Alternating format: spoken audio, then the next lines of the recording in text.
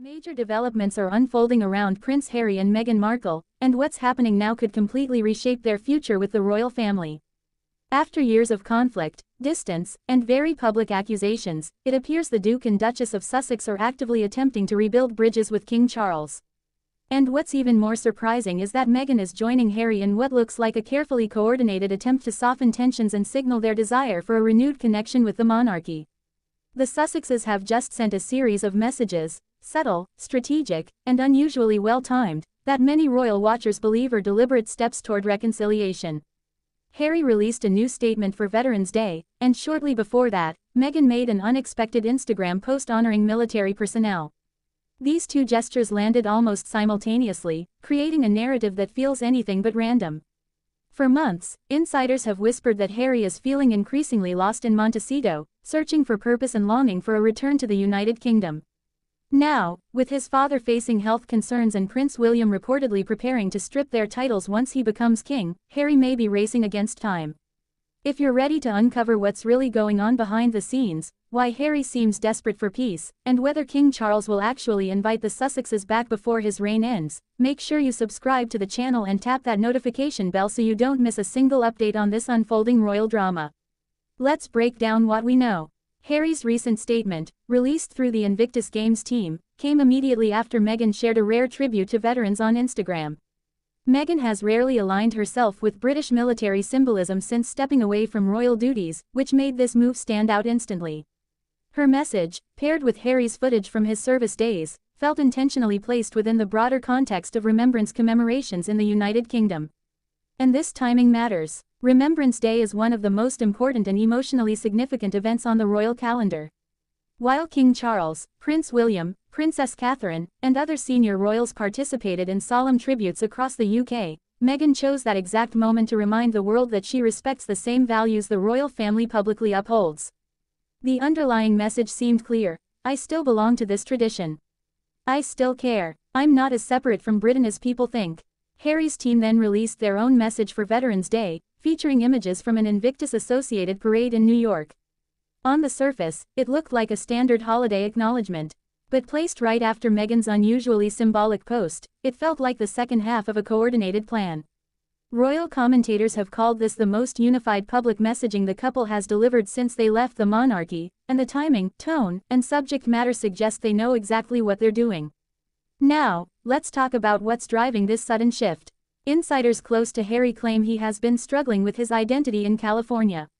The glamorous opportunities, the streaming deals, the public appearances, they haven't given him a lasting sense of purpose.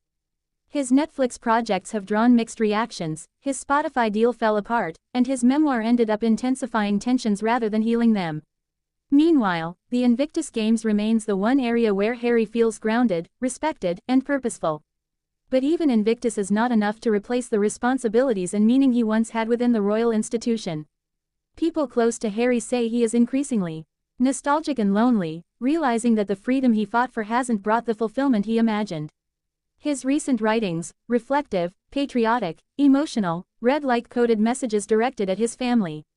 And when he said in his essay that the bond, the bravery, the banter, and the sense of British identity still live within him, many saw it as a major signal that he wants to reconnect with the nation he left behind.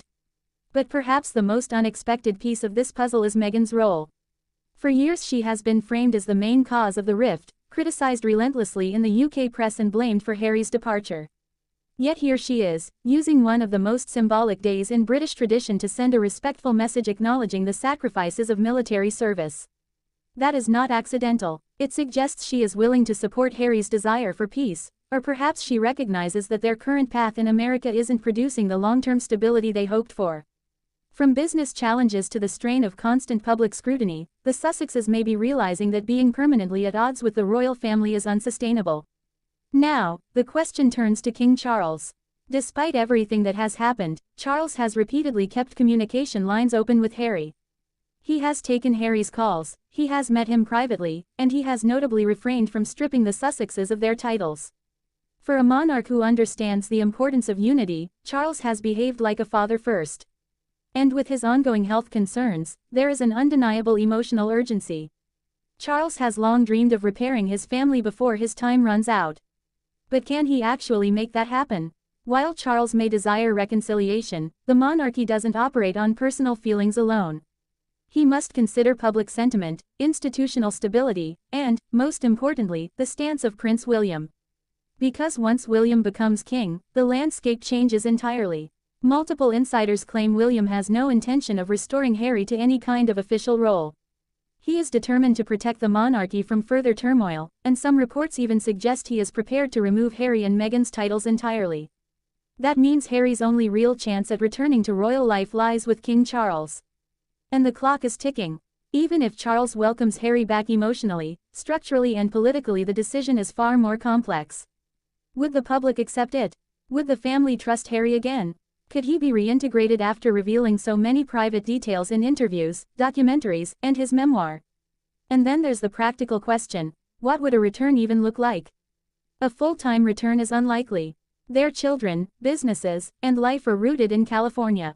But a hybrid role, a part-time presence in the UK, was once proposed by the Sussexes and rejected. Could it be reconsidered now? And if Meghan returns, would the UK public be willing to welcome her back after years of negative press coverage and deeply polarized opinions? Even if she were willing to face that level of scrutiny again, would it be worth the emotional cost for her? Some speculate that a reconciliation might involve Harry returning more frequently to the UK while Meghan remains primarily in California with the children. But even that scenario is fraught with complications. There is also the issue of trust. Senior royals reportedly fear that any private conversations could end up in another book or documentary. Harry and Meghan have built much of their modern brand on being outspoken, on telling their side of the story, and on challenging the institution's image. Could they truly transition back into a world that demands absolute discretion? To move forward, Harry and Charles would need a private, honest, off-the-record conversation, something that has not happened in years without media fallout. Charles would then need to weigh the costs and benefits of inviting Harry back into the fold, knowing that William will likely resist and that public opinion is deeply divided. Ultimately, this story is about a son seeking meaning, a father wanting unity, and a monarchy caught between tradition, public sentiment, and the personal struggles of its members. Harry's olive branch appears genuine. Meghan's participation suggests deliberate coordination. The question now is whether these gestures will lead to true reconciliation, or whether the wounds are simply too deep to heal. What do you think? Should King Charles accept this peace offering and bring Harry and Meghan back into the royal circle? Has Harry earned a second chance? Or have the Sussexes damaged the relationship beyond repair? Share your thoughts in the comments below.